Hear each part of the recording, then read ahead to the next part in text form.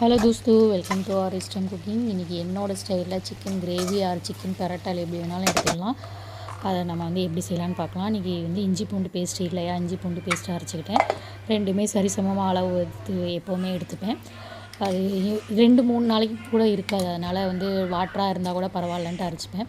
ஒரு 2 ஸ்பூன் இஞ்சி பூண்டு பேஸ்ட்டு, உப்பு, மிளகாத்தூள், மஞ்சள் தூள், கரம் மசாலா, தயிர் இதெல்லாம் போட்டு சிக்கனை வந்து மேரினேட் பண்ண எடுத்து வச்சுக்கிட்டேன். ஒரு 1/2 அன் ஹவர் மேரினேட் பண்ணிக்கிட்டேன். அதோட சைடில் சிக்கன் 65க்கு சிக்கன் 65 மசாலா போட்டு அதையும் பரட்டி வச்சுக்கிட்டேன்.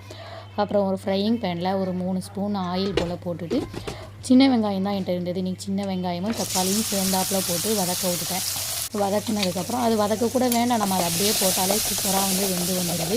இஞ்சி பூண்டு பேஸ்ட்டு ஒரு ஸ்பூன் போல் இஞ்சி பூண்டு பேஸ்ட்டையும் போட்டுட்டு, அப்புறம் நம்ம மேரினேட் பண்ணி வச்சுருந்தோம்ல சிக்கன், அதை எல்லாத்தையும் போட்டு ஒரு பரட்டிட்டு, சால்ட்டு வந்து நம்ம ஆல்ரெடி போட்டு மேரினேட் பண்ணி தான் வச்சுருந்தோம். அதனால் இப்போதைக்கு போட வேண்டாம். இந்த கொத்தமல்லி இலையும் இப்போ வந்து நிறையா கொடுக்குறாங்க கடையில் வெஜிடபிள்ஸ் வாங்க போனாலே. அதனால் அதையும் கொஞ்சம் நல்லா நிறையா போட்டுக்கிட்டு அதையும் ஒரு பரட்டினதுக்கப்புறம் ஒரு 10 மினிட்ஸ் போல் வந்து ரொம்ப லோ ஃப்ளேமில் வச்சுட்டு, அதுக்கப்புறம் ஒரு 10 மினிட்ஸ் வந்து கொஞ்சம் மீடியம் ஃப்ளேமில் வச்சு நம்ம வந்து ட்ரை ஆக விட்டாலே சூப்பராக சிக்கன் வந்து ரெடி ஆகிடுது. இதை வந்து ட்ரை பண்ணி பார்த்துட்டு எப்படி இருந்துன்னு சொல்லுங்கள். ரொம்ப சிக்கனும் வந்து ரொம்ப சாஃப்டாகவும் இருந்தது.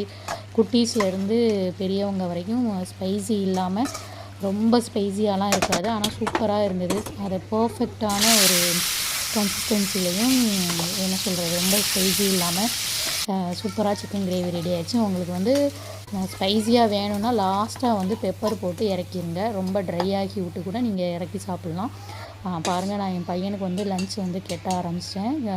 சுட சோறில் கீ போட்டேன். ஏன்னா அவனுக்கு வந்து ரொம்ப உரைச்சிரும். ஏன்னா நீங்கள் பார்த்துருக்கீங்க, ரொம்ப மசாலா நான் ஆட் பண்ணியிருக்க மாட்டேன். ஆனாலுமே வந்து அந்த இஞ்சி பூண்டு பேஸ்ட்டில் உள்ள காரம் இறங்கிடக்கூடாது அப்படின்ட்டு கீ போட்டுட்டு ஒரு கொஞ்சமாக கிரேவி தான் போட்டிருப்பேன். கிரேவினால் இதில் நிறையா வராது, நம்ம சோறோட பரட்டுற மாதிரி தான் வரும், பரட்டி சாப்பிட்ற மாதிரி. இவ்வளோ தான் போட்டேன். ஆனால் சோறோடு மிக்ஸ் பண்ண உடனே எப்படி சூப்பராக வந்து ரெடி ஆகிடுச்சு பாருங்கள். இதே மாதிரி ட்ரை பண்ணி பாருங்கள்.